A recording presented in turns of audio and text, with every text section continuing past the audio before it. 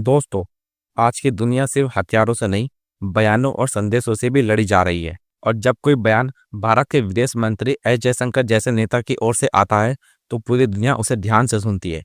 हाल ही में एक खबर सामने आई है, जयशंकर हिट्स पोलैंड, यानी भारत ने पोलैंड को साफ शब्दों में चेतावनी दी है, पाकिस्तान से जुड़े किसी भी संघीय या चरमपंथी समूह का समर्थन ना करो। यह सिर्फ एक सामान्य बयान नहीं था, यह सिर्फ भारत की बदलती हुई विदेश नीति का आईना था। अब भारत चुप नहीं रहता, अब भारत साफ बोलता है। अब सवाल उठता है, पोलैंड ही क्यों? पोलैंड यूरोप का एक अहम देश है, नाटो का सदस्य है और यूक्रेन युद्ध में पश्चिम का सबसे बड़ा समर्थक और यूरोपियन यूनियन की राजनीति में प्रभावशाली रहता है। लेकिन पिछले कुछ समय में कुछ अंतर्राष्ट्रीय मंचों पर पाकिस्तान से जुड़े तत्वों को लेकर पोलैंड का रुख भारत से असहज रहने वाला लगा है। भारत का मानना है कि पाकिस्तान लंबे समय से आतंकवाद को एक रणनीति की तरह इस्तेमाल करता आया है, और जो भी देश ऐसे तत्वों को राजनीतिक या नैतिक समर्थन देता है, वह अप्रत्यक्ष रूप से आतंकवाद को बढ़ावा देता है।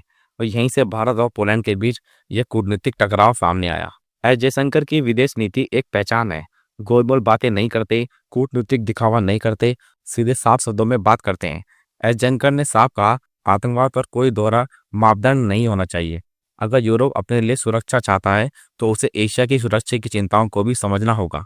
और इसका मतलब साफ है दोस्तों, अगर यूरोप यूक्रेन के लिए खड़ा हो सकता है, तो भारत को भी पाकिस्तान प्रायोजित आतंकवाद के खिलाफ खड़ा होना पड़ेगा। अब भारत किसी को लेक्चर देने की इजाजत नहीं देता। दोस्तों, यह कोई नई बात नहीं है। लश्कर ए तैयबा, जैश ए मोहम्मद, हिजबुल मुजाहिदा जैसे संगठन पाकिस्तान की धरती पर पले बढ़े, और भारत ने संसद हमला, 26/11 मुंबई हमला और पुलवामा हमला सब कुछ झेला है। लेकिन जब कुछ पश्चिमी देश पाकिस्तान को पीड़ित की तरह पेश करते हैं, तो भारत को सख्त होना ही पड़ता है। एस जयशंकर ने साफ कहा, आतंकवाद दूर बैठकर थ्योरी नहीं है, यह भारत के लिए रोज की सच्चाई है। पुराने भारत और आज के भारत में फर्क है। पहले भारत बयान सोच समझ कर देता था, रिश्ते बिगड़ने से डरता था, चुपचाप सहता रहता था।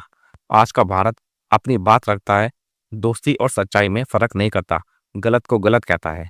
चाहे कनाडा हो, अमेरिका हो, यूरोप हो या अब पोलैंड, भारत अब स्ट्रेटेजिक साइलेंस नहीं, स्ट्रेटेजिक क्लियरिटी पर बात करता है। एस जयशंकर का बयान सिर्फ पोलैंड के लिए नहीं था दोस्तों, ये पूरे यूरोप के लिए एक संकेत था। अगर आप भारत को अपना रणनीतिक साझेदार मानते हैं, तो आतंकवाद के मुद्दे पर भारत की चिंता को भी गंभीरता से लीजिए। भारत अब टेक्नोलॉजी में बड़ा खिलाड़ी है, डिफेंस मैन्युफैक्चरिंग में उभर रहा है और ग्लोबल साउथ की आवाज बन चुका है। ऐसे में भारत को नजरअंदाज करना अब आसानी नहीं रहा। एस जयशंकर की कूटनीति सबसे बड़ी खासियत है डबल स्टैंड पर सीधा वार। उन्होंने साफ कहा, जो आतंकवादी आपको नहीं मारते, इसका मतलब ये नहीं है कि वो आतंकवादी नहीं है। ये वाक्य यूरोप की उस सोच पर सीधा हमला था, जहां आतंकवाद को अपने हित के हिसाब से देखा जाता है। अब भारत ये स्वीकार नहीं करेगा। दोस्तों, आज भारत सिर्फ शिकायत नहीं करता, भारत विकल्प देता है। Defence partnership, Indo Pacific strategy, global south leadership. Bharat कहता है, हम आपके साथ खड़े हो सकते हैं, लेकिन आतंकवाद पर समझौता नहीं करेंगे।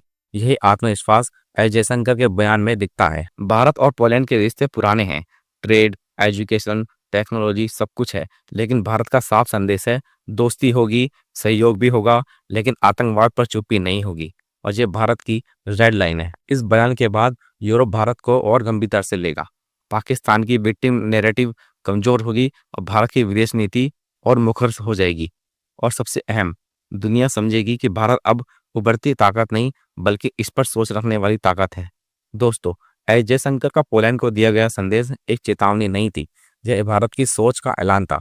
आज का भारत कहता है, हम शांति चाहते हैं, लेकिन सच्चाई की कीमत पर नहीं। अगर आपको यह विश्लेषण पसंद आया हो, तो वीडियो को लाइक करें, चैनल को सब्सक्राइब करें और कमेंट में बताएं, क्या यूरोप अब भारत की बात सुनेगा? जय हिंद।